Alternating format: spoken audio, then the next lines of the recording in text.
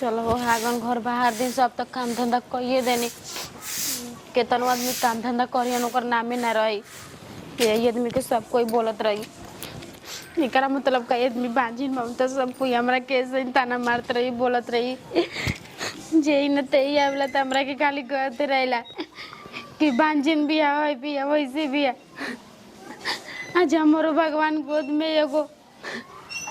फूल खिला देतन तो हम इतना बात ना न सहती ना न कोई के बोली बस सहती का भगवान रउआ कहाँ सुतल बानी एगो गोद में हमरो फूल खिला दी माने है जे कौन भगवान बड़न मोलका अपना बापा के बोलावत रे का हैं भगवान ले गिनती करत है ई नहीं कि सोचत नु खेलवाड़ो कि कौन करम कइले बानी नु त भोगत नहीं हम अब बाजिन बनल बानी करे है कब के झाड़ू लागेला कब के लागेला खाना कब बनी बर्तन कब मजाई 1 घंटा में झाड़ू लागेला आ तू बर्तन मान दिल में दीदी मजाकुल बा आ झाड़ू हां आ झाड़ू ये के लगाई अबे तो लगावती नहीं लगावते रे छोटा धक टांग ले अभी टांग ले दिन रात हमारा घर में करकराहट खाली कोइले रहती है खिलवाड़ी दिन रात खाली कर हमारा घर का लक्ष्मी भगावल चाहती रे दीदी रे पकड़े तानी ना तू हमारे घर में दिन रात रोवत रहती ना तो तू काहे ने किस भाग जात ना तो भाग जती तो हम अपना देवर के दूसर बियाह कर देती अब तो कहिए हम लड़का खिला ले रहती हैं दीदी काहे कि भाग जात दीदी देख हम अपना हाथ से अपन गंदा हाथ न की कोल चाहता आ न पाप कोल चाहता नहीं ना तो दे देती खाना में जहर नु कि मरिए जैतिस तू जनलीस सूरत देखा के हमर देवर के पगी ले बाड़ू हैं वो भी नहीं खेलौकत अभी भी नहीं खेलौकत झिनिया के बुझाता है एगो घर में बाल बच्चा ना देली बाल बच्चा ना देली जमाई पलागल बड़ी बुझे जाम एकरा के नु देखी बुची जी एकरा के घर से निकालल सबसे जरूरी बाटे ठीक बा अगर काम ही ना चेती त घर से निकालल जरूरी बाटे देखिए चल हेने हमरा नहीं हेने वो के शादी हेने हमरा नहीं शादी त ते करबे तोरे लेखा जाई त बाज रही रे मायना बनी बताएं दीदी जी कलम से भगवान लिख के विदा कर देले कलम से नयर में कौन गुल खेलौले बहुत भोगबे न करबू छियतरो पैर पर तनी हां पैर पर तड़ू हमार ले है जल्दी बाहर खाली झमकावे के जल्दी बाहर बाहर तनी कल पर लुगा कपड़ा धइल बा लइकन के में ड्रेस धइल बा 5 मिनट के अंदर में धोआ जाए के चाहिए सारा ठीक कपड़ा बा खींच दिया आई बुची जी काम बाटे ये भगवान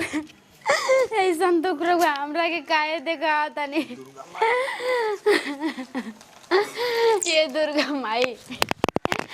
एकरा से निक बा हमरा के दुख देला से रहुआ हमरा के मुआ दे ऐसा दुख हमरा से नहीं के सवाल जात का दुर्गा माई जेकर बाल बच्चा ना होले ओकर जिए के अधिकार ना होला ये दुर्गा माई रहुआ से एगो लइके आचर फैला के रहुआ से भीख मांगती है रहुआ हमार कोख में जैसे सब कोई के बालक के रहुआ देता नहीं वैसे हमारा एगो आचर में दे दी है दुर्गा माई कोई के इतना हम ताना नानू सब बताओ हमरो तो घर में माने लालसा रह के आई तो बाल बच्चा हो तो खिलाई नाती पोता लेकिन ना आई तो कराक्सिन बिया का जने कैसन उतरल बिया घर में के हमें बुझाते नहीं खे कौन कराक्सिन हो गुल हो कौन कराक्सिन बेटे ने कस जानत जना के इतना दिन अइला हो गेले एगो छुछुनरियो ना पैदा कैलस 5 बरस ले आइल बिया घर में नु ओकाले पीछे गांव में अइसन आ दू गो बाल बच्चा हो गेलो कनी के ठीक बा हो गइल त करो होई ना अब कहिया होई बूढ़ा जाई तब होई अभी ये बुढ़ा दिया जानता नु कि माई के घर में देर होला अंधेर ना होला ई जानता नु माई के देबे के रहती तो कहिए दे देले रहती माई अभी बाजिन बिया का कोनो बाल बच्चा ना होखी ठीक नु हम कहते हैं जौन हमार कहल करबे के ना करबे ई बता माई सुन एगो तोरो घर में एगो लड़का के आवाज गूंजी एक दिन ऐसा समय आई कि तोरो मन खुश हो जाई तो कहिया मर जाइम तहिया जब अपना आँखिले देखबे ना करम कि तोरा बाल बच्चा भइल बझिनिया के भइल त मर जाइम त के देखी। पागल हौ तू एगो मेहरारू बाड़ू एगो मतारी बाड़ू इसे तू करे कहबू। चुप रहो हमरा के मत समझाओ। हम जौन कहत कहल कर हम लड़की देखले बाई लड़की ले बियाह कर आवते आवते ओकरा मने बाल बच्चा होई हमरे मन खुश हो जाई। घर आंगन में एगो बालक रही केनहू आदमी आई त चुमी चाकी उठाई। बताओ मने तो त बियाह दादा दादी करलन जे ते त जानतवे नु कितना उन के मन में लालसा रहे कितना धूमधाम से कुलिन ले बेसी तोर बारात सजाई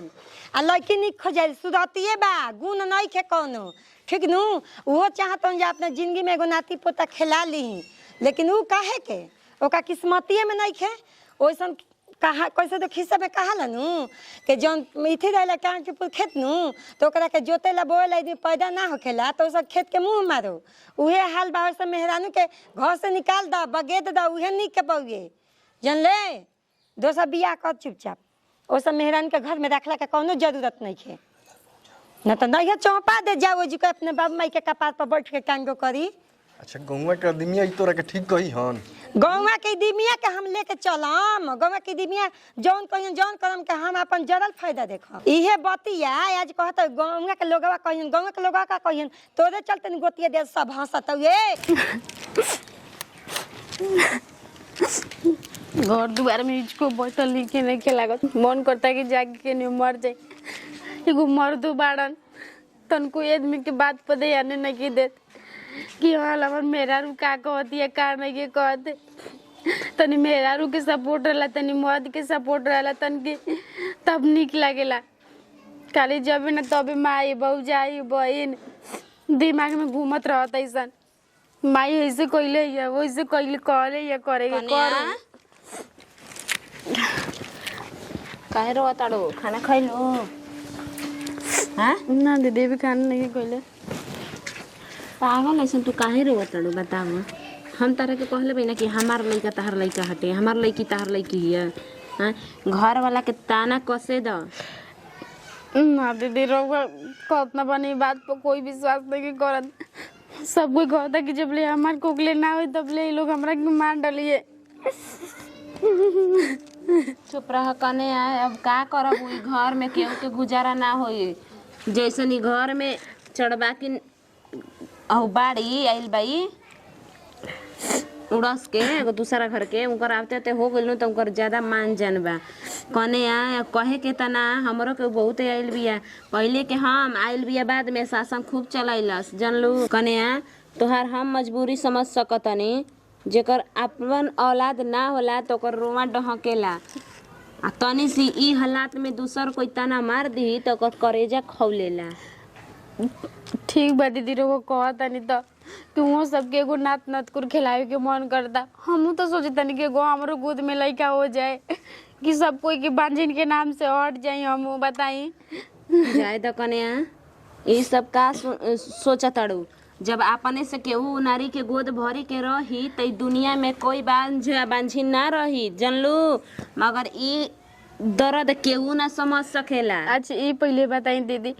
दूसरा घर की जौन बेटिया बाड़ी आज बाड़ी कुंवार भाई तो कुछ दिन में चल जाए करो शादी ब्याह हो जाई का भगवान करे के लिख के विदा कइले बाड़े कि जाते जाते ई हो जियन बताई हमरा के ऐसन हो ताना मार मार के कर दी बाड़े बेटिया के ना बुद्धि निकलत रहे एकरा के करवावल गइल बा का उम्मीद बा कि हो जाते जाते ई देई दिहन बाल बच्चा कहीं भगवान इतना दूसरा के सतावत और इनको का भगवान सता दिहन। अच्छे दीदी रहुए बताई हमरा के तो सब कोई कहत हटे कि एकरा में ज्यादा पैसा लग गइल ज्यादा दवाई बीरो हो गइल सब कोई सोचता कि एकरा के बहुत ही हम कर देनी ध देनी हमरा के कुछ एगो रोगो ना निकल रोग के पता बानू बताई घर में दुआर में एगो हमारा में शरीर में रोग निकलल आखिर रउआ तो साथे साथे ना हमार बानी बताई रउआ तो हमरा के लिए आके गई रही हॉस्पिटल में दवाई बीरो करवावे ई पहले कोई कहल से कि ना हो कनिया जाए द ना हो पतो है जाए द तारा के तो इतना हमनी के दवाई बीरो कर थक गई जा कबो अपन बेटवो का हम दवाई करके देखी एक बेरी कि बेटवा में हमार कमी बाकी नहीं के कमी बताई कोई जाने की कोशिश कैल से एक अब हम हर आंगन में कहम तो हमारा के लोग कही कि बिगाड़तिया आ चढ़ावतिया आपन अहिरा कबो कहले बा कि हमार दहिया खटबा। दीदी कभी हम कहले बानी कि चली रे वो चेकअप करा ली आई करा ली माई बोलावती ऐसे करवा ली तब वो कहीं नहीं कि हमारा में कुछ कमी नहीं के दीदी तब हम कह देते नहीं हमारा में कुछ कमी नहीं के देखी दीदी एकरा खाती कुछ भी हो जाए हम मर जाए चाहे कुछ हो जाए एकरा खाती हम आवाज जरूर घर में उठाई सोच ली कि आपन पहले एक बारी बेटा के वो सब चेकअप करा के देखी जाए कि का उहाँ में कमी बाटे। इहो बात देख कने तू ठीके कहताड़ू एकरा मतलब ई ना कि आदमी उथु बाम त जात के लोग रखी मगर हम नानू बोलम आ कहबो करम त कहिहन जा कि तू ही जाना तड़ू तू ही मास्टर उथु बन गइल बाड़ू डॉक्टर बन गइल बाड़ू। बुढ़िया के तनी इहो सोचे के चाहत रहे कि हमर पतोहिया के गोद नहीं के भरत एकर त दवाई बीरो हो गइल कभी बेटा के ले जाके चेक कराई। देखी दीदी ये सब बात हम रउआ से ना कहती पर अपन हम दिल के रउआ से बात कहतानी। रात के एक दिन हम सुता रही दीदी रउआ से का कोई सपना में हमार दुर्गा माई आई रही कहते बालक तुम्हारे में कुछ भी कमी नहीं है तुम अपने पति के चेक कराओ। बताएं तो दीदी ऐसे ऐसे वहाँ के दुर्गा माई बोलत रही तब नु हम कुछ रउआ सबसे कहता नहीं। सही बात कन्या। हाँ दीदी जी हम झूठी बात नहीं की रउआ सबसे कहत एक बारी रउआ सब वहाँ सबके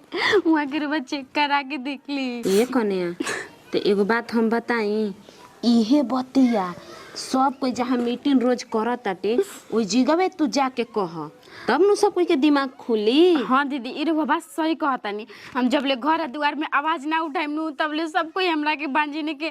नाम से पुकारत रही। चलो कन्या चलो ई बात कह चली दीदी चलो रोल ना जाए चलो कन्या। मझली ए मझली गिर जो उतर आइल चलेलिस लौकेला ना का तोरा गिर के आँख मुँह तूदला का समाचार बा का कहतन बोली। देखा हमारा इहे कहा नाम बा आ ऊ कहाँ गोली सन संजली बड़की कहाँ भाई ओकर त नामे मतली बजनिया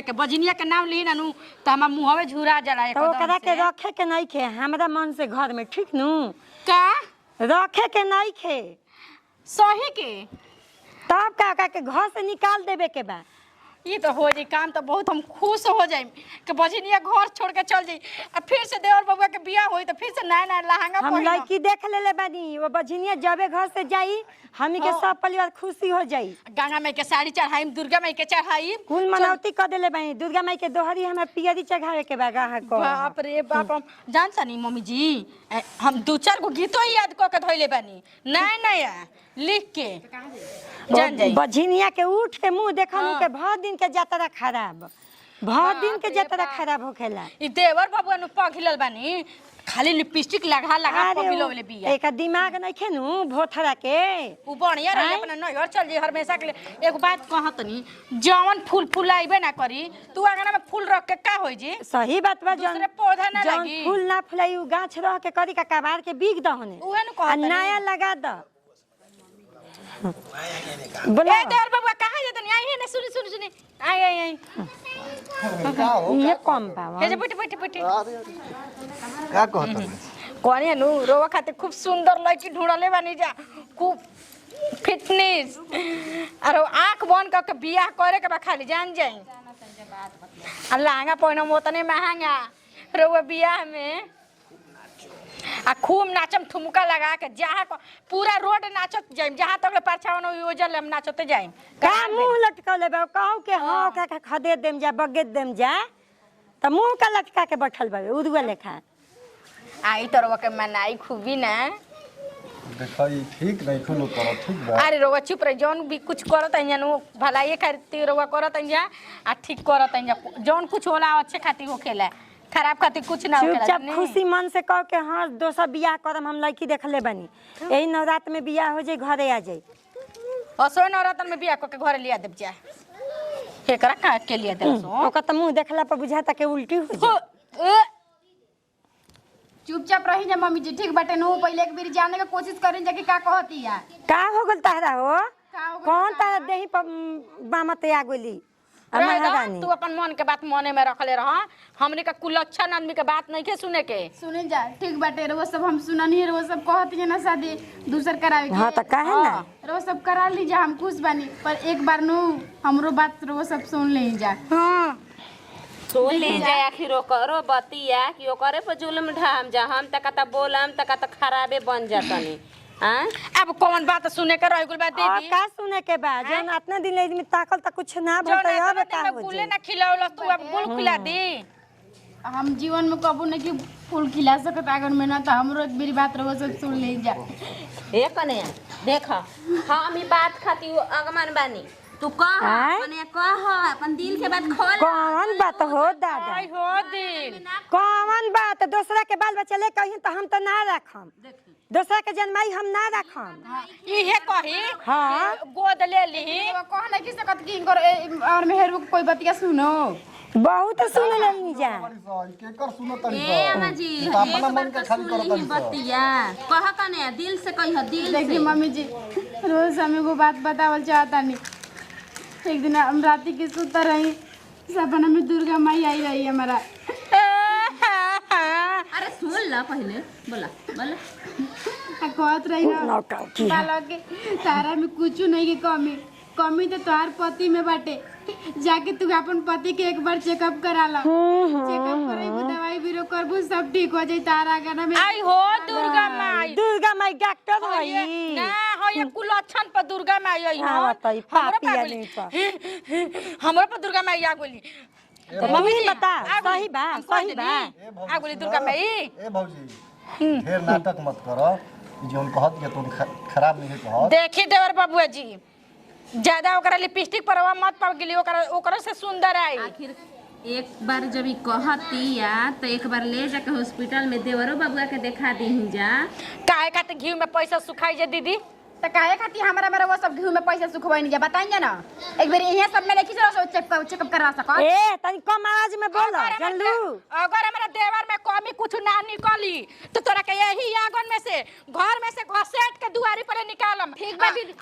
जितना सामान बक्सा बुक्सी बा मैं दुआर पर ले जाके फेंक ठीक बा दीदी जी वो ठीक सब बानू? वो सबसे कहे से पहले ना खुद हम घर से निकल जी मैं घर में हम नहीं तो अपना बचन पे तुला रही है हां बचन पे हम तुलाल बली पर एगो हमरो शर्त बा कहती जोन शर्त मान जा एक बेर ले जाके हम साथे चलम एक बेर ले जाके यहां के चेकअप करबो सब कराई ठीक बा तोर बात हमर मंजूर बा हाँ, तो चल अगर ले। हमारे देवर में कमी निकलल तो झोटा ध के निकालब ठीक बा अरे ई सब ना कौन की हरे सब कोई के बाहर निकाल अरे। मत बोली रे मैं कैसे कौन ची मौजूद बा कौन ची काची तोर हाथ ना हिम्मत रुक जी। हाथ ना हिम्मत हो गइल वो हिम्मत हैं के झोंका दे तो हमार कहते त कहानी को सम्मानत रे चुप रह तू चुप तो रह। भौजी के बात ठीक बा तोर बात हमन के मंजूर बा लेकिन चल साथे चल जी अभी के अभी चल हां ई बात चल हां हॉस्पिटल चल देखा चल जहां ना चल जी। कुछ होई नु तब ए, एकरा तनी तो वही हमर झोंका घरवा दे के देखत रहिया दिसिया जा